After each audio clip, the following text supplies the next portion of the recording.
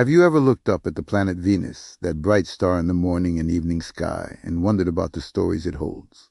Well, today we're diving deep into the mythology of one of the most powerful and complex goddesses ever known, Inanna, also known as Ishtar.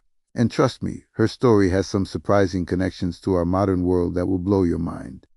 Let's travel back in time, thousands of years, to ancient Mesopotamia.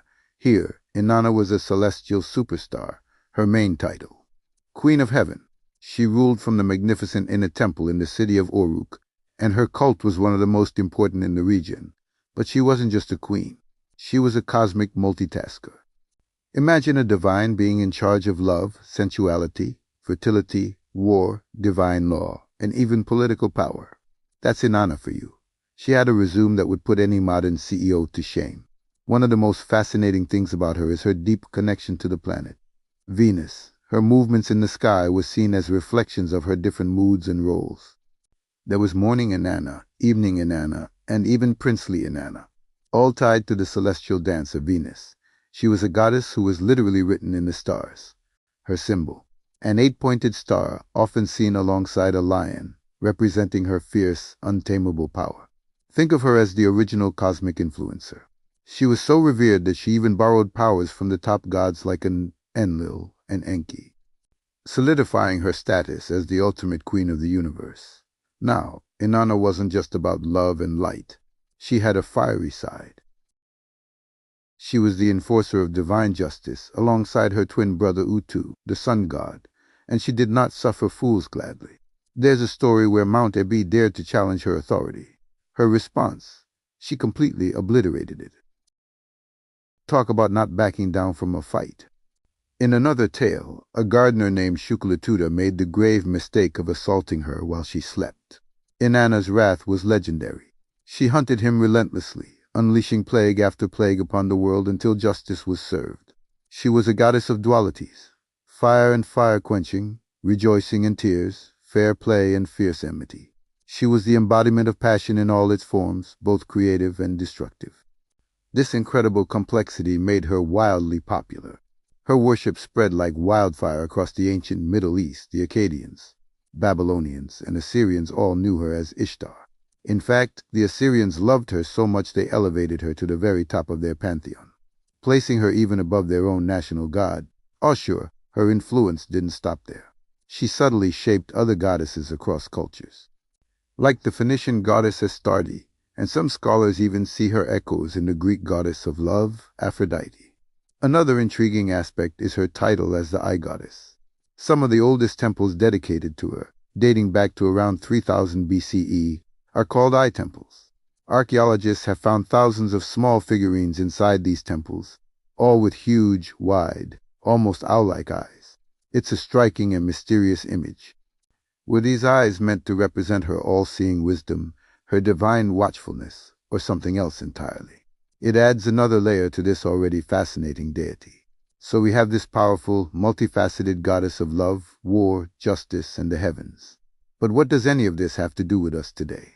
This is where the story takes a truly unexpected turn. Let's fast forward a few thousand years and cross the Atlantic to New York Harbor. Standing tall, greeting millions, is the Statue of Liberty, an iconic symbol of freedom and hope, right? We know she was a gift from France, designed by the sculptor Frédéric Bartholdi.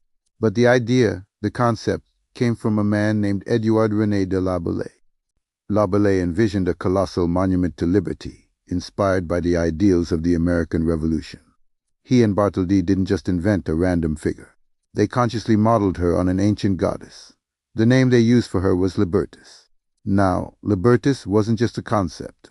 She was the actual Roman goddess of freedom. And her domain wasn't just political freedom. It was personal freedom, even sexual freedom.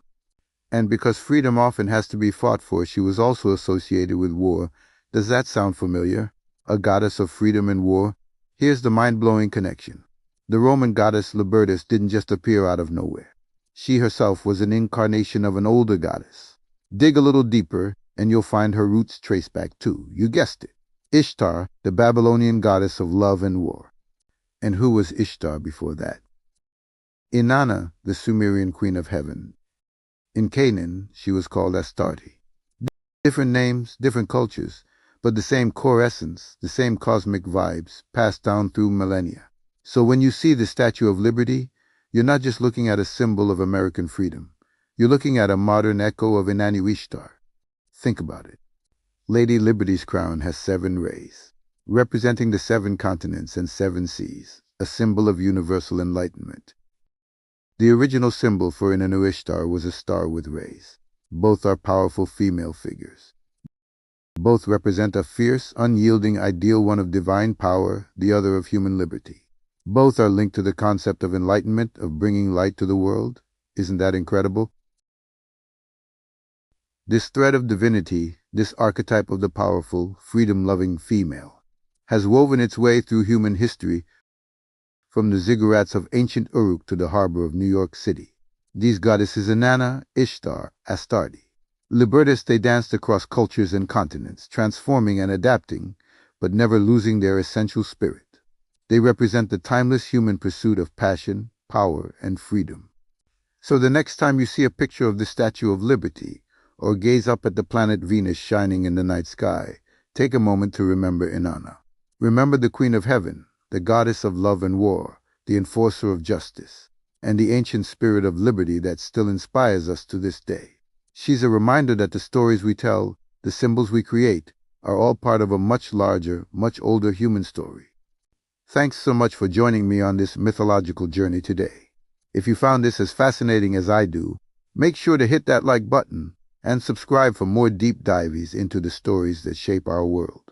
Let me know in the comments what you think about this connection. Until next time, stay curious.